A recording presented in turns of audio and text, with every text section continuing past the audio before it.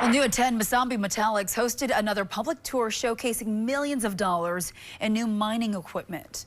Located in Nashwauk, Mesabi is the newest taconite mining operation in Minnesota in almost 50 years. During today's tour, the public got a chance to see some of the largest mining trucks on the range and in the world, including the 400-ton Komatsu haul trucks. President Larry Sutherland says the $110 million investment in these innovative machines will transform mining on the Iron Range. We're moving about 40% more material in one load, so it's more efficient, more environmentally friendly, and cost-effective and safe.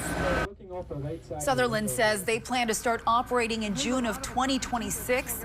The new mine will bring in at least 360 full-time jobs to the Iron Range.